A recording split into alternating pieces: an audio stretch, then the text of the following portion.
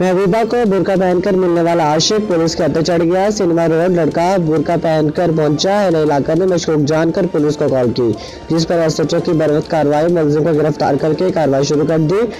SHO का कहना है कि इस तरह आवाम पुलिस का साथ दे। आसिफ नामी नौजवान ब्लैक बुर्का और किताबें हाथ में लिए हुए था। की ना तेरा है? तेरे वाले का की ना है?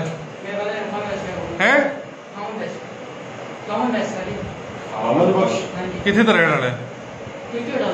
अच्छा चल ला हा जरा श्यामा हुण जरा बाकी भी ला, बाकी भी उतार देने इनू,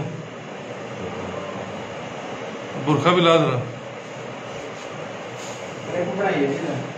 बना दे।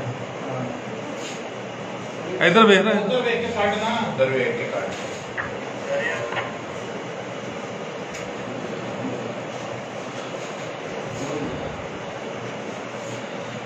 इतने तक बड़ा कर, दोबारा पावांगे।